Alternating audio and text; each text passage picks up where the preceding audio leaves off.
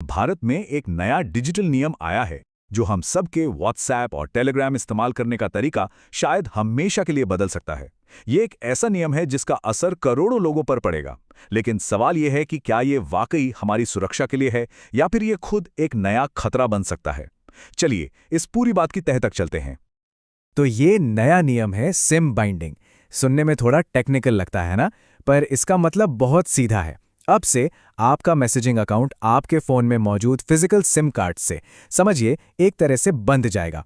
अगर वो SIM card 6 घंटे से ज़्यादा आपके मेन फ़ोन से बाहर रहता है या किसी और डिवाइस में इस्तेमाल होता है, तो आपका अकाउंट ज़बरदस्ती लॉग आउट कर दिया जाएगा। जी हाँ, फोर्सफुली लॉग आउट। अब एक पल को सोचिए, क्या काम के लिए लैपटॉप पर व्हाट्सएप वेब का इस्तेमाल होता है या शायद घर पर एक से ज्यादा फोन है? अगर इसका जवाब हाँ है तो फिर समझिए ये नियम सीधा सीधा आपकी या कहूं हमारी रोजमर्रा की डिजिटल लाइफ को इम्पैक्ट करने वाला है। तो आखिर सरकार को इतना सख्त नियम लाने की जरूरत क्यों पड़ी? सरकार का कहना है कि ये कदम साइबर फ्रॉड मतलब ऑनलाइन धोखाधड़ी के खिलाफ एक बहुत बड़ी जंग का हिस्सा है।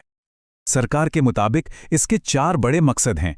पहला, साइबर फ्रॉड पर लगाम लगाना। दूसरा, उन धोखेबाजों को पकड़ना जो विदेशों से सिम कार्ड लाकर अपराध करते हैं। तीसरा, किसी भी यूजर को ट्रैक करना आसान बनाना। और चौथा, केवाईसी वेरिफिकेशन को और ज्यादा पक्का करना। सुनने में तो ये सब बहुत अच्छा लगता है, लेकिन क्या ये पॉलिसी वाकई उतनी कारगर है जितना बताया जा रहा है? यहीं पर कहानी में एक दिलचस्प मोड़ आता है। साइबर सुरक्षा की दुनिया के माहिर TraceX लैब्स इस पॉलिसी की नींव पर ही गंभीर सवाल उठा रहे हैं। और ये देखिए, ये स्लाइड इरादे और हकीकत का सीधा मुकाबला दिखाती है। सरकार का पूरा जोर विदेशी सिम से होने वाले फ्रॉड को रोकने पर है, लेकिन जमीनी सच्चाई कुछ और ही कहानी बयां कर रही है।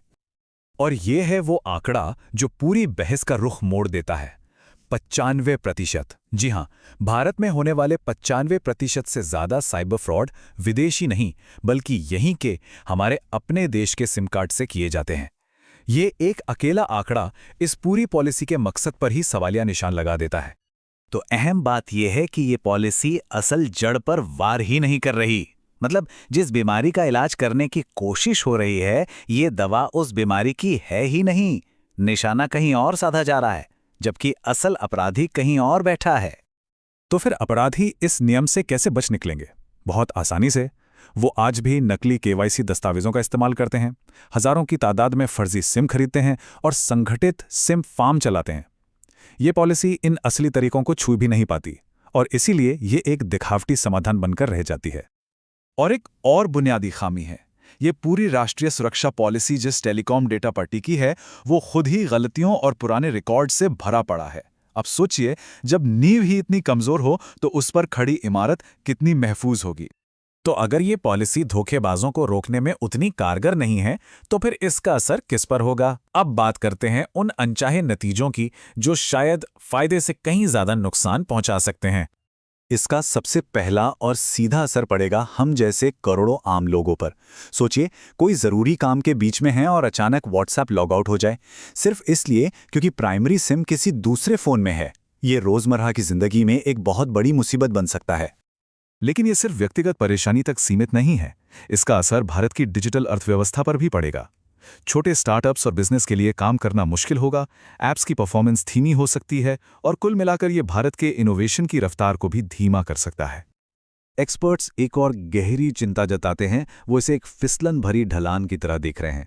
मतलब आज सरकार सिर्फ लॉगिन कंट्रोल कर रही है, कल को वो मैसेज स्कैन करने को कह सकती है और फिर शायद निगरानी के लिए ऐप्स में पिछले दरवाजे यानी बैकडोर की मांग भी कर सकती है। आज का नियंत्रण कल की बड़ी निगरानी का रास्ता बना सकता है। और इस सब में जो बात सबसे ज्यादा हैरान करती है वो ये है कि इतना बड़ा नियम लागू करने से पहले न तो ऐप बनाने वालों से बात की गई, न साइबर सुरक्षा के जानकारों से और न ही डिजिटल अधिकारों के लिए काम करने वाले समूहों से। बस 90 दिनों का अल्टीमेटम दे दिया गया। तो सवाल यह है कि अगर ये रास्ता सही नहीं तो फिर सही रास्ता क्या है? अच्छी बात यह है कि साइबर फ्रॉड से लड़ने के लिए इससे कहीं ज्यादा बेहतर और असरदार विकल्प मौजूद हैं। जैसा कि TraceX लैब्स कहते हैं, हमें ऐसी कठोर नीतियों की जरूरत नहीं जो आम लोगों को परेशान करें। जरूरत है स्मार्ट, डेटा और एआई पर आधारित रणनीतियों की, जो सीधे अपराधियों को निशाना बनाए, आम नागरिकों को नहीं। तो ये स्मार्ट सुरक्षा का मतलब क्या है? इसका मतलब है जड़ पर काम करना, जैसे कि एआई टूल्स का इस्तेमाल करके संदिग्ध गतिविधियों को पहचानना, फर्जी सिम बेचने वालों पर सख्त कार्रवाई करना और सिम जारी करते समय ही केवाईसी की जांच को पुख्ता करना। ये वो तरीके हैं जो असल में काम करते हैं। तो आखिर में सवाल यही बचता है, क्या साइबर फ्रॉड रोकने के नाम पर लाई गई ये पॉलिसी हमारी सुविधा, हमारी निजता और देश की तकनीकी तरक्की की जो कीमत मांग रही है, वो कीमत कहीं बहुत ज्यादा तो नहीं? इस पर सोचना बहुत जरूरी है।